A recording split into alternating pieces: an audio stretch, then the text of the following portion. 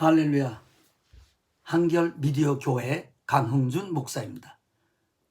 새해가 밝아왔습니다. 오늘 새해 주시는 첫 번 말씀을 통해서 금년이 새로운 영적인 새해가 열리기를 축원합니다. 오늘 본문의 말씀은 잠언 4장 23절입니다. 무릇 지킬 만한 것 중에 내 마음을 지켜라. 생명의 근원이 이에서 남이니라. 제목은 영적 감각과 영적 느낌이 되겠습니다. 옛사람 안에는 옛 성품이 있고 옛 성품이 겉으로 나타나는 옛사람의 특징입니다. 그 옛 성품은 하나님을 멀리하려고 하는 성품이며 세상과 가까이 가서 죄를 지으려고 하는 성품입니다. 하나님의 말씀을 불순종하고 뱀의 말에 순종해서 결국 사망이 찾아오게 되었고 하나님과 단절되는, 즉 영적인 감각이 사라지고 육적인 감각만 남는 그런 사람이 되었다는 겁니다. 죽었다는 것은, 영적으로 죽었다는 것은 영적인 감각이 없다는 겁니다. 여러분 신앙생활 할 때 영적인 감각만큼 중요한 게 없습니다. 우리 육이 살았을 때 우리의 오감만큼 중요한 게 없습니다. 보는 시각, 들을 수 있는 청각, 맛볼 수 있는 미각, 냄새 맡을 수 있는 후각, 피부에 닿는 촉각, 이렇게 오감이라는 것은 육신이 살아있으면 오감이 있습니다. 그러나 중병에 들거나 신경이 끊어지면 그 다음에 오감 중에 여러 부분은 감각이 없는 자가 됩니다. 죽으면 감각이 다 사라집니다. 외부에 반응하지 않습니다. 그것처럼 영적인 감각이 다 죽었다는 것은 하나님과의 교제가 끝났다는 얘기가 됩니다. 맨 처음에는 중생을 하고 성령 받아 기쁨으로 살다가 그 다음에 세월이 가면서 세상에 지고 환경에 지고 사람이 두려워지는, 그러면서 사람들은 세상에 몰입하게 됩니다. 어두운 그림자가 덮이면서 영적인 감각이 무뎌지고 불순종이 계속이 됩니다. 결국 하나님 앞에 무용지물이 되고 맙니다. 이런 과정에서 있다면 깨어 일어나야 합니다. 시험에 들지 않게 깨어 기도하라. 너희가 주인이 올 때 이렇게 깨어 있으라. 계속해서 깨어 있으라는 말이 신약에 30번 넘게 나옵니다. 깨어 있을 때 영적 감각이 있습니다.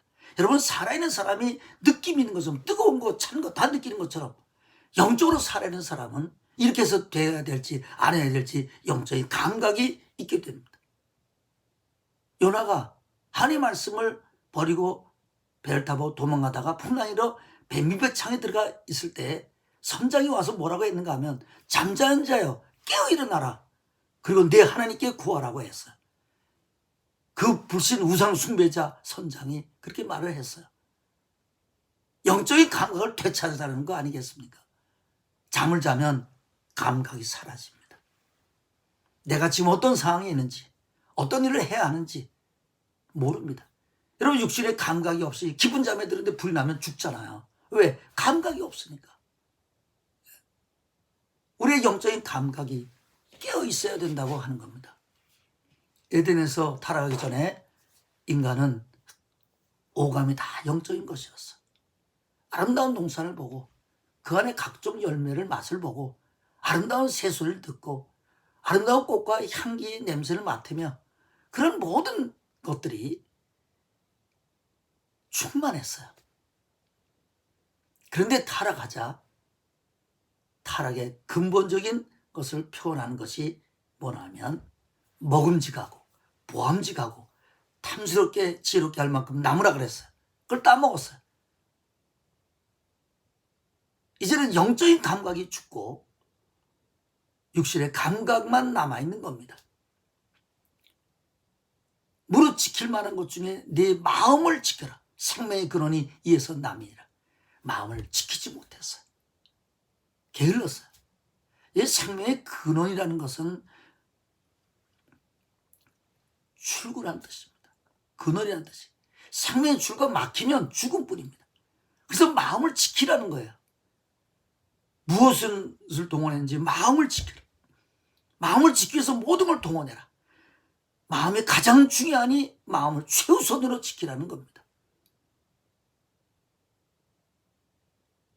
그래서 성령을 우리 마음 가운데 보내사 그랬어. 내가 너희 마음 가운데 있다 그랬어. 그래서 우리가 영적인 감각이 있는 거예요. 잠언 16장 32절에 노하기를 더디하는 자는 용서보다 낫고 자기 마음을 다스리는 자는 성을 빼앗는 자보다 낫다 그랬어요. 성을 빼앗으면 뭐예요? 내 마음을 지키지 못하면 곁길로 가고 하나님께 영광을 돌아가지 않고 자기가 영광을 취하고 다 자랑하고 그건 아니죠. 잠언 25장 38절에 자기 마음을 제어하지 않는 자는 성읍이 무너지고 성벽이 없는 것 같아요. 자기 마음에 제어가 되질 않아요. 육신의 것만 가득해요. 짜증, 혈기, 분노 이런 것이 가득하면 무방비 상태가 되어 원수에게 공격을 당해 망한다는 얘기 아니겠습니까? 그래서 우리가 하나님의 말씀에 순종하고 말씀과 기도 속에서 영적인 감각이 날마다 새로워져야 돼요. 삶 속에서 새로워져야 돼요. 저는 군대 휴가 중에 중생의 체험을 했습니다. 이강산 목사님의 집회에 참석하면서 회개가 터지고 대성통곡을 하게 되고 변화의 새 사람이 됐어요. 4대째 믿었지만 내 내면은 항상 방황했어요. 살아계신 하나님은 믿긴 믿었어요. 그런데 나와는 관계없는 하나님이셨습니다. 그런데 회개가 터지자 내 삶이 완전히 뒤바뀌었어요. 여러분, 회개라는 말은 히브리어로 슈브라고 하는 말입니다. 슈브라는 말은 두 단어가 합쳐진 건데 하나는 파괴하다는 쉰이라는 말과 단어와 그리고 집이라는 베트라고 하는 단어가 합쳐서 된 거예요. 그러니까 집을 파괴한다는 것이 바로 회개입니다. 이전에 살던 집을 완전히 무너뜨리고 다시 그곳으로 돌아가지 않고 새로운 집에 거한다는 의미입니다. 또 슈브는 언약으로 돌아간다는 말입니다. 내게로 돌아오라. 그것도 슈브예요. 회개하라. 그것도 슈브예요. 언약으로 돌아오라. 그러니까 내가 옛집을 파괴하고 언약을 향해서 돌아서는 것이 회개입니다. 그래서 골로새서 3장 9절 10절에 보면 옛사람과 그 행위를 벗어버리고 새 사람을 입었으니 이제 새 사람이에요. 새 집에서 새 민족이 되고 새 마음, 새 생명으로 인생을 사는 겁니다. 새 사람을 입었으니 자기를 창조하신 이의 형상을 따라 지식에까지 새롭게 하심을 입은 자니라 그랬어요. 그래서 저는 중생하자마자 휴가 기간 동안에 전심으로 기도하기 시작을 했습니다. 휴가가 끝나고 부대로 들어간 다음에 거기서도 전심으로 기도 생활하기 시작을 했어요. 그런데 철책선 작업이 시작이 되었는데 김신조 사건 이후에 철책선을 그거를 전부 다 새로 하는 그런 대대적인 155마일 전선을 전부 다 보강하는 그런 새로운 작업이 시작이 됐습니다. 뭐 말도 못한 것을 했어. 사단 예하 부대 모든 부대의 최소인원을 최소인만 남겨놓고 전방으로 다 투입이 되어 그 작업 공사를 한 겁니다. 아무리 비가 오고 태풍이 불어도 그 작업은 계속이 됐어요. 그 비바람 속에서. 그런 중에 추록을 타고 또 전방으로 가다가 추록 하나가 전복이 돼서 죽진 않았지만 아주 중상을 많이들 입었어요. 그 중에 한 사람이 창자가 터지고 긴급 후송에 그 사람을 제일 먼저 했어요. 뭐 입으로 피를 토하고 다 피를 쏟는 거예요. 근데 피가 없다는 거예요. 여러 수술 사건들이 많아가지고. 그래서 헌혈할 사람이 없다는 거예요. 헌혈할 사람을 찾는 거예요, 지금. 중대장이 눈물을 흘리면서 지금 이런 상황인데 헌혈할 사람은 일어나라는 거예요. 아무도 안 일어납니다. 그 한 40여 명 있었는데 한 명도 일어나질 않아. 그때 제 몸무게가 46kg였어요. 최악의 상태였고 빈혈이 저에게 있었습니다. 정말 어떨 때는 사는 것 자체도 힘들 때가 너무 많이 있었어요. 예. 그런데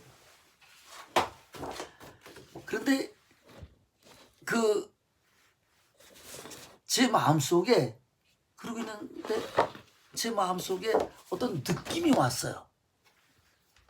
내가 나가라. 꼭 누가 말하는 어떤 느낌이 온 거예요. 저번에 둘러봐도 그렇게 말할 사람은 없지요. 내 몸으로는 안 돼. 난 다 핍박도 나는 못해. 그러고 있었습니다. 그때 두 번째로 내가 나가라 하는 그런 느낌이 드는 거예요. 내 몸 상태가 최악인데. 그래서 주저하고 있었습니다. 근데 세 번째 느낌이 내가 나가라 하는 느낌이 올 때, 아, 이것은 주님이 나에게 이런 느낌을 주시는구나. 그런 마음이 생각이 나면서 용기가 났어요. 그래서 벌떡 일어났습니다. 중대장이 나를 아래 위를 쳐다보시더니 너 헌혈할 수 있겠어? 네, 할 수 있습니다. 그 후에 20여 명이 자원해서 나왔어요. 나중에 들은 얘기인데, 야, 저 제일 약한 놈이, 예수 믿는 놈이 저놈 하나 나가네. 자신들이 부끄럽더래요. 왜? 자기네들은 65kg, 뭐 60kg, 75kg, 70kg인데 저 가장 멸치같이 마른 놈이 나갈 때 자신들이 부끄럽고 창피했다는 거예요. 그래서 20여 명이 나왔어요. 25분 차를 타고 야전 천막 막사에 가서 피를 뽑는다. 피를 뽑게 됐어요. 그런데 그 피 뽑는 거 보니까 방방하게 피를 뽑는 거예요. 지금은 헌혈하면 통닭을 한 마리 줬지만 그때는 소주 한 잔을 먹였어요. 내 마음속에 내 피 다 뽑아도 저 한 봉지 안 되겠네. 걱정이 태산 같지만 죽으면 죽지 뭐. 마음의 평안이 왔어요.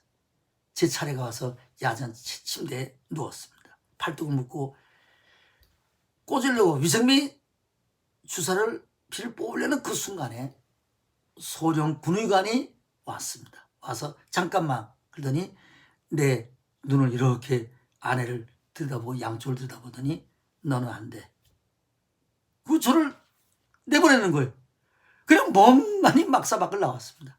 갑자기 하나님이 나를 건지셨구나라고 하는 그 은혜에 제가 감격했습니다.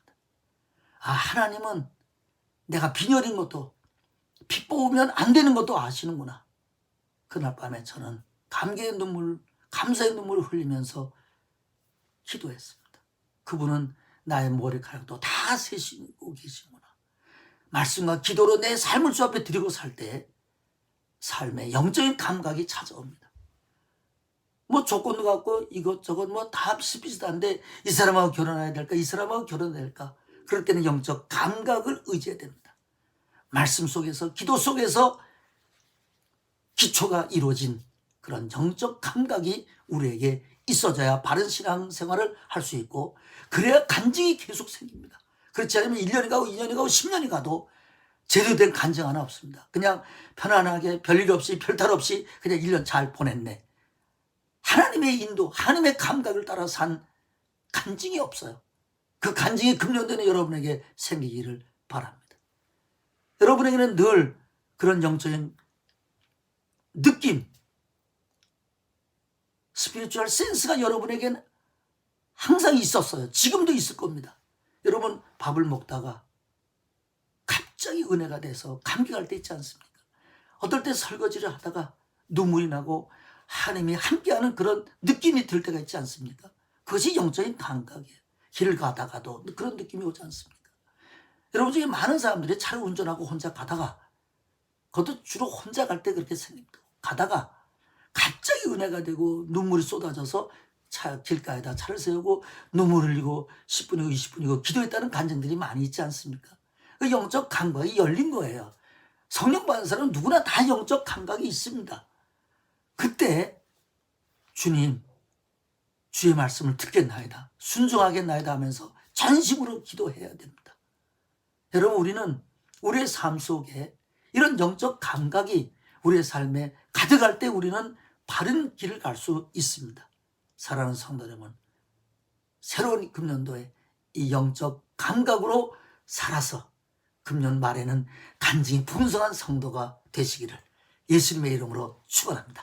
기도하시겠습니다. 사랑의 주님, 우리는 육신의 감각만 가지고 인생을 살아왔던 어리석고 무능하고 캄캄한 사람이었습니다. 그러나 성령받아 주님이 우리 안에 계시고 우리 마음에 계셔서 우리 하여금 감동하게 하시고 말씀과 기도로 영적인 감각을 예민하게 하시고 지금까지 살아오게 하신 것을 감사를 드립니다. 이제 금년도에도 예민한 영적인 감각을 가지고 이 험한 세상을 잘 이겨나가는 기적적인 사람이 될 수 있도록 축복해 주시옵소서. 감사하며 예수님의 이름으로 기도하옵나이다. 아멘. 할렐루야. 감사합니다.